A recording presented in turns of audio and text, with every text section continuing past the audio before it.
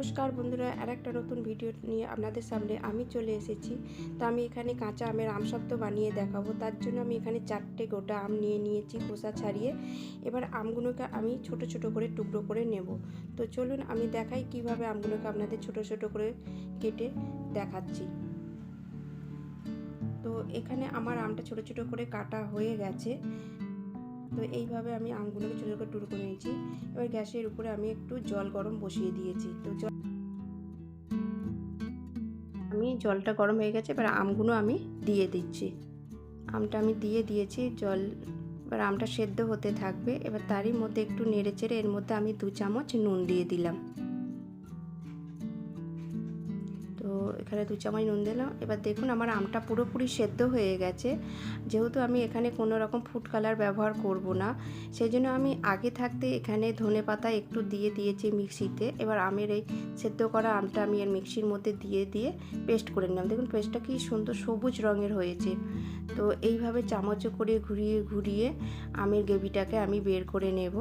তো সুন্দর কালারটা এসেছে। তো এরকম ঘুরিয়ে একটু সময় ধরে করতে হবে। এরকম ঘষে আমের গ্রেভিটাকে আমি বের করেছি। দেখুন শেষে এটা পড়ে থাকবে। এবার এরকম করে ঘষে বের করা হয়ে যাওয়ার পর আমি গ্যাসের মধ্যে সসপ্যানটা আমি আবার বসিয়ে নিয়েছি। তো তার মধ্যে আমি এবার আমের পালটা দিয়ে দিলাম।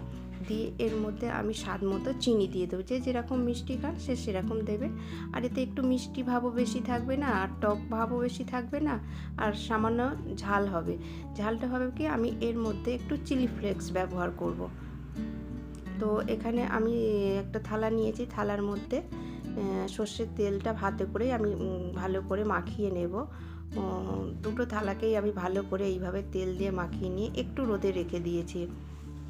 একটু রোদে রেখে দিলাম যাতে এটা গরম হয়ে থাকলে সঙ্গে সঙ্গে আমের পালসটা দিলে এতে টেনে যাবে। তো এবার আমি থালাগুলো ঘুরে ওই আমের পালটা বা চিলি ফ্লেক্সটা আমি এখানে দিয়ে দিলাম। এবার গ্যাসটা আমি বন্ধ করে দিয়েছি। এখানে দেখুন আমার এটা রেডি হয়ে গেছে।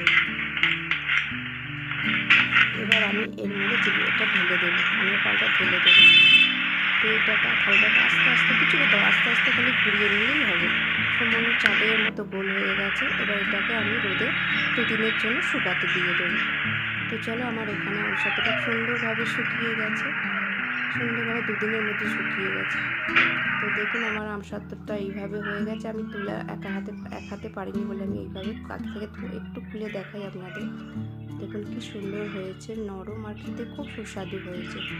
যদি আমার এই ভিডিওটা ভালো লেগে থাকে বানিয়ে খেয়ে তবেই আমাকে কমেন্ট করে জানাবেন কেমন হয়েছে।